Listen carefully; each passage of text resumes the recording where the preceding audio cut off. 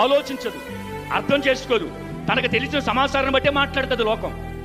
కానీ పరలోక సంబంధమైన మనము వివేచించాలి. దేవుడికి స్తోత్రం. అందుకే దేవుడు అంటాడు, వివేకము లేకే జ్ఞానము లేకే నా ప్రజలు నశించిపోతున్నారంట. వివేచన కలిగి ఉండాలి క్రైస్తవుడు ఎప్పుడైనా సరే. క్రైస్తవుడు ఎప్పుడైనా సరే వివేచన కలిగి ఉండాలి. ఎటువంటి వివేచన తెలుసా? నేనున్నానండి, నా వైపు చూడండి, నేనున్నాను. నా దగ్గరికి ఎవరో వచ్చి నిన్ను పలానోడు ఇలా తిట్టాడు అని అనగానే నేను వివేచన లేకపోతే వెంటనే నమ్మేస్తాను. ఒకవేళ వివేచన కలిగి నేను క్రీస్తు మార్గంలో నడిచే వ్యక్తిని అయితే కనుక కాస్త ఆలోచిస్తాను.